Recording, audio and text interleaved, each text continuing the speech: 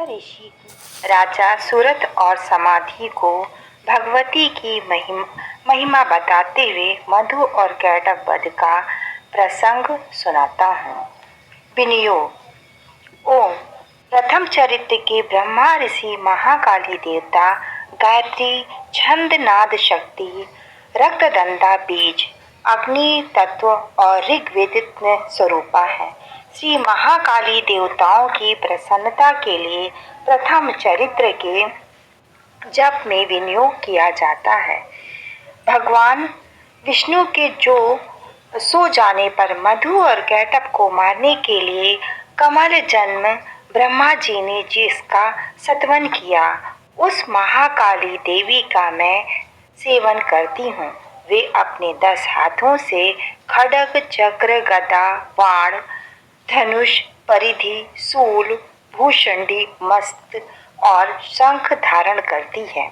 उनके 3 नेत्र हैं। वे समस्त अंगों में दिव्य आभूषणों से विभूषित है। उनके शरीर की कांति नील मणियों के समान है तथा वे 10 मुख और 10 पैरों से युक्त हैं। ओम चांडिका देवी को नमस्कार है।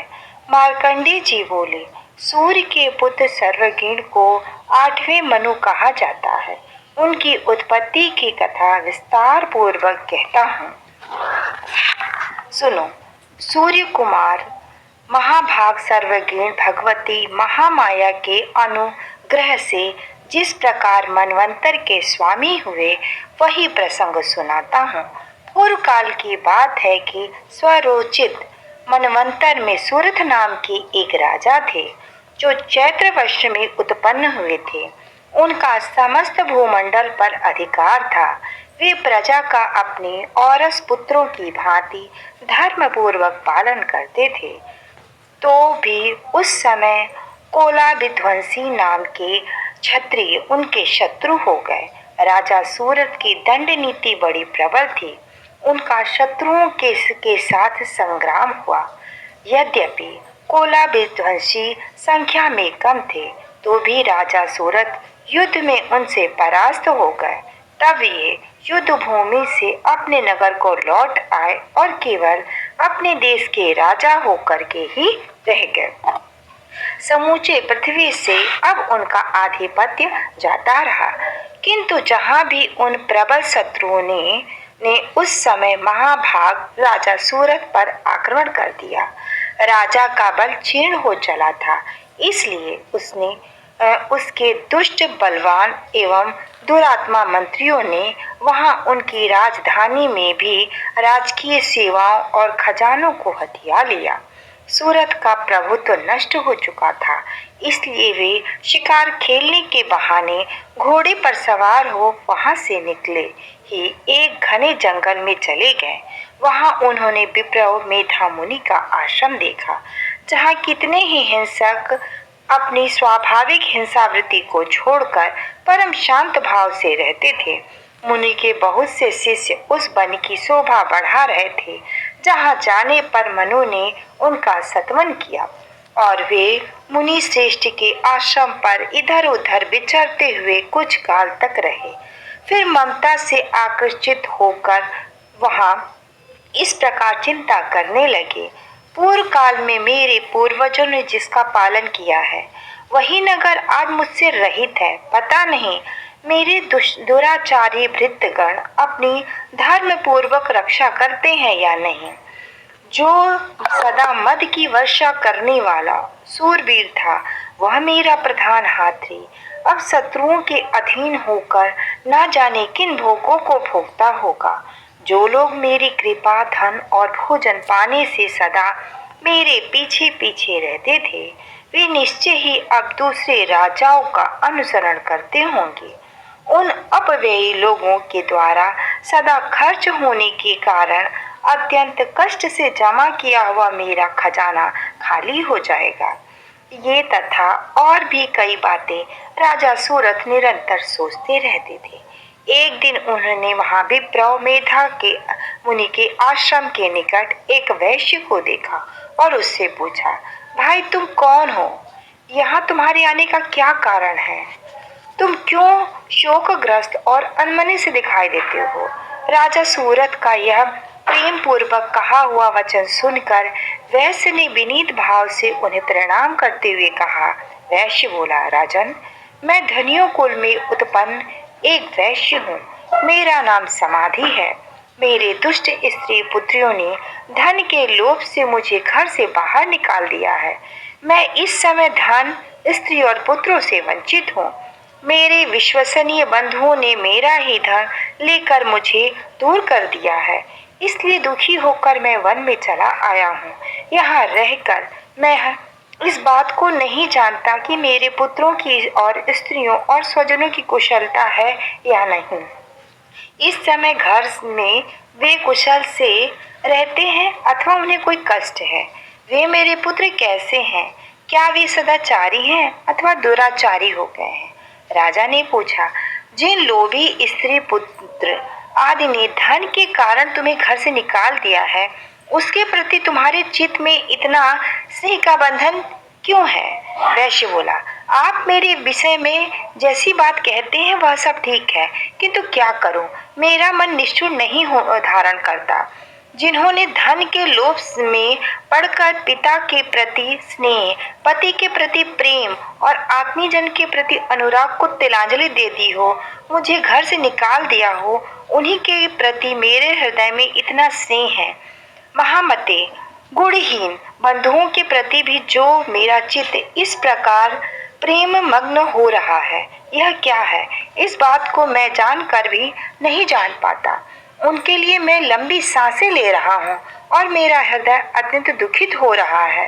उन लोगों में प्रेम का सर्वथा अभाव है, तो भी उनके प्रति जो मेरा मन निश्चल नहीं हो पाता, इसके लिए क्या करूं?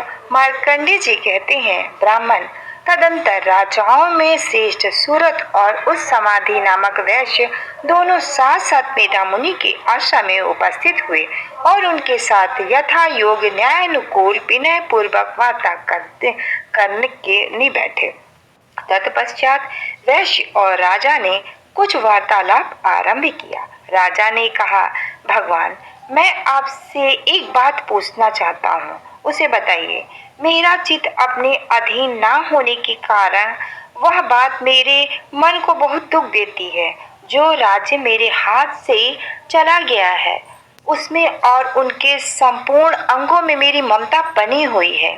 मुनि श्रेष्ठ, यह जानते हुए कि वह अब मेरा नहीं रहा, अज्ञानियों की भांति मुझे उनके लिए दुख होता है। यह क्या है? इधर वह वैश्य भी घर से अब अपमानित होकर आया है और उसके पुत्र, स्त्री और भृत्यों ने उसे छोड़ दिया है। स्वजनों ने भी उसका परित्याग कर दिया है, तो भी वह उनके प्रति अत्यंत हार्दिक स्नेह रखता है। इस प्रकार यह तथा मैं दोनों ही बहुत दुखी हैं।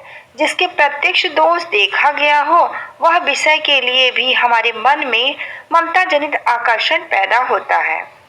महाभाग, हम दोनों समझदार हैं, तो भी हमें जो मोह पैदा हुआ है, यह क्या है? विवेक शून्य पुरुषों की भांति मुझ में और इसमें भी यह मूर्ता प्रत्यक्ष दिखाई देती है। ऋषि बोले, महाराज, विषय मार्ग का ज्ञान सब जीवों को होता है।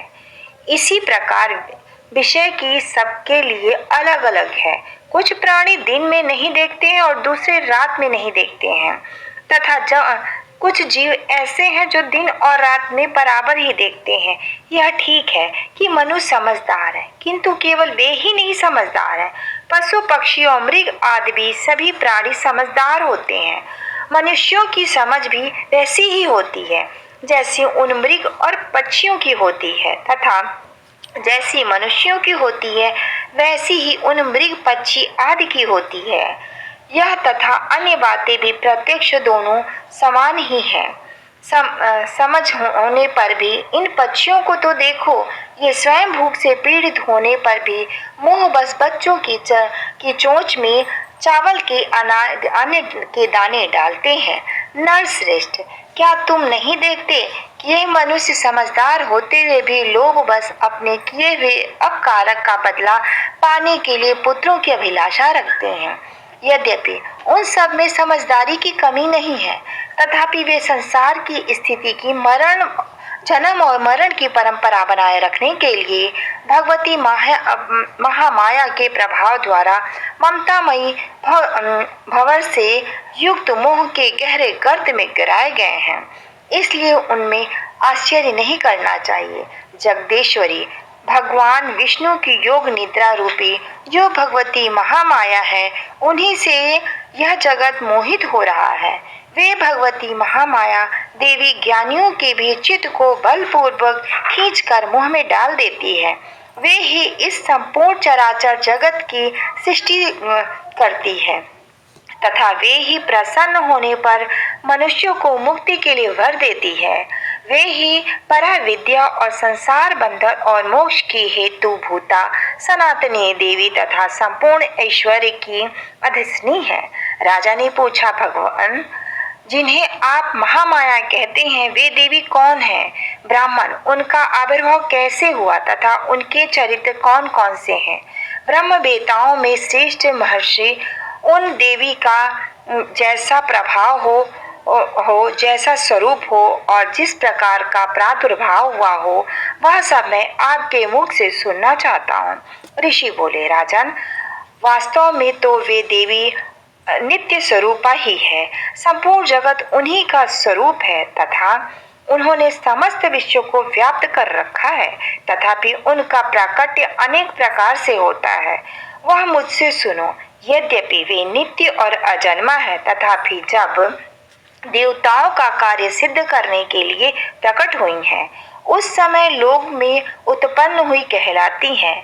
कल्प के अंत में जब संपूर्ण जगत एकालमान निमग्न हो रहा था और सबके प्रभु भगवान विष्णु शेष नैया की सैया पर बिछाकर योग निद्रा का आश्रय ले सो रहे थे, उस समय उनके कानों के मैल से दो भयंकर असुर उत्पन्न हुए, जो मधु और कैटभ के नाम से विख्यात हुए। वे दोनों ब्रह्मा जी का वध करने के लिए तैयार हो गए। भगवान विष्णु के नाभि कमल से विराजमान प्रजापति ब्रह्मा जी ने जब उन दोनों भयानक असुरों को अपने पास आया हुआ और भगवान को सोया हुआ देखा, तब एकाग्रचित होकर उन्होंने भगवती विष्णु को जगाने के लिए उनके नेत्रों में निवास करने वाली योग निद्रा का सतवन कर आरंभ किया, जो इस विश्व की अधिष्ठानी, जगत को धारण करने वाली और संसार का पालन और संहार करने वाली है तथा तेज स्वरूपी भगवान विष्णु की अनुपम शक्ति है। उन्हीं भगवती निद्रा देवी की भगवान ब्रह्मा स्तुति करते हैं। ब्रह्मा जी ने कहा, देवी तुम ही स्वाहा, तुम ही स्वधा, तुम ही वष्टकार हो। स्वर भी तुम्हारे ही स्वरूपा है। तुम ही जीवन दायनी सुधा हो। नित्य अक्षर प्रणव में अकार, उकार, मकार इन तीनों मात्राओं के रूप में तुम ही स्थिर हो तथा इन तीनों मात्राओं के अतिरिक्त जो बिंदु रूपी नित्य अर्थ मात्रा है, जिसका विशेष रूप से उच्चारण नहीं किया जा सकता, वह भी तुम ही हो। देवी तुम ही संध्या, सावित्री और परम जननी हो। देवी तुम ही इस विश्व ब्रह्मांड को धारण करती हो। तुमसे ही इस जगत की सृष्टि हुई है। तुम ही से इसका पालन होता है और सदा तुम ही कल्प के अंत में सबको अपना ग्रास बना लेती हो। जगदम्बिके देवी, इस जगत की उत्पत्ति के लिए समय तथा सृष्टि रूपी हो, पालन काल में इस स्थिति रूप हो तथा कल्प काल में समय संहार रूप धारण करने वाली हो।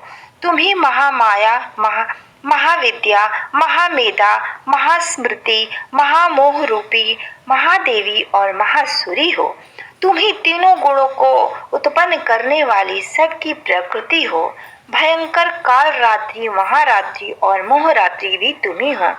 तुम ही श्री, तुम ही ऐश्वर्य, तुम ही हिंग और तुम ही बोध स्वरूपा बुद्धि हो। लज्जा, पुष्टि, तुष्टि, शांति और क्षमा भी तुम ही हो। तुम खड्ग धारणी, शूल धारणी, सूर रूपा और गदा, चक्र, शंख, धनुष धारण करने वाली हो। बाण, भीषुंड और परिधि ये भी तुम्हारे अस्त्र हैं। तुम सौम्य और सौम्यंतर हो।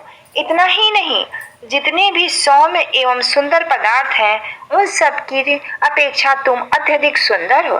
पर और अपर सबसे परे रहने वाली परमेश्वरी तुम ही हो। सर्वस्वरूपा देवी, कहीं भी सत असत्य रूप जो कुछ वस्तुएं हैं और उन सब की जो शक्ति है वह तुम ही हो। ऐसी अवस्था में तुम्हारी स्तुति क्या हो सकती है? जो इस जगत की सृष्टि, पालन और संहार करते हैं, उन भगवती को भी जब तुमने निद्रा के अधीन कर दिया है, तब तुम्हारी स्तुति करने से में यह कौन समर्थ हो सकता है?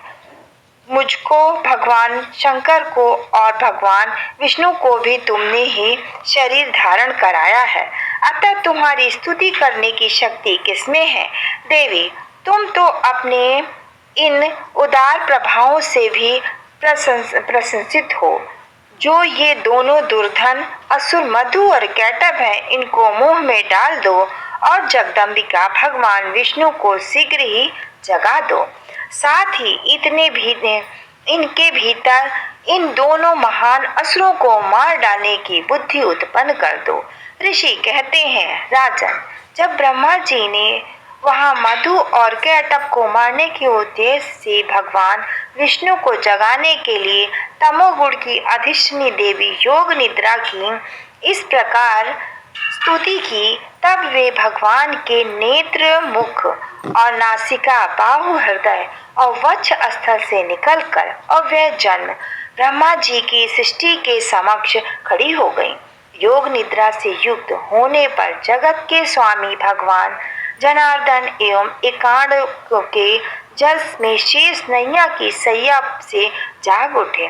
फिर उन्होंने उन दोनों असुरों को देखा। वे दुरात्मा मधु और कैटभ अत्यंत बलवान और पराक्रमी थे। क्रोध से लाल आंखें किए ब्रह्मा जी को खा जाने के लिए उद्यत कर रहे थे। तब भगवान श्री हरि ने उठकर उन दोनों के पास 5000 वर्षों तक केवल बाहु युद्ध किया। वे दोनों ही अत्यंत बल के कारण उन्मत्त हो रहे थे। इधर महामाया ने भी उन्हें मुंह में डाल रखा था। इसलिए वे भगवान विष्णु से कहने लगे, हम तुम्हारी वीरता से संतुष्ट हैं, तुम हम लोगों से कोई वर मांगो। श्री भगवान बोले, यदि तुम दोनों मुझ पर प्रसन्न हो तो अब मेरे हाथ से मारे जाओ। बस इतना सा ही मैंने वर मांगा है, यहाँ दूसरे किसी वर से मेरा क्या लेना। ऋषि कहते हैं, इस प्रकार धोखे में आ जाने पर जब उन्होंने संपूर्ण जगत में जल ही जल देखा, तब कमल नयन भगवान से कहा, जहाँ पृथ्वी जल से डूबी हुई ना हो, जहाँ सूखा स्थान हो, वहीं हमारा वध करो। ऋषि कहते हैं, तब तथास्तु कहकर शंख, चक्र और गदा धारण करने वाले भगवान ने उन दोनों के मस्तक अपनी जंघा पर रखकर चक्र से काट डाले। इस प्रकार वे देवी महामाया ब्रह्मा जी की स्तुति करने पर स्वयं प्रकट हुई थी। अब पुनः तुमसे उनके प्रभाव का वर्णन करता हूँ, सुनो। इस प्रकार मार्कंडेय पुराण सर्वऋत मनवंतर की कथा के अंतर्गत देवी महात्म्य में मधु कैटभ वध का नामक पहला अध्याय पूरा हुआ। बोलो दुर्गा माता की जय।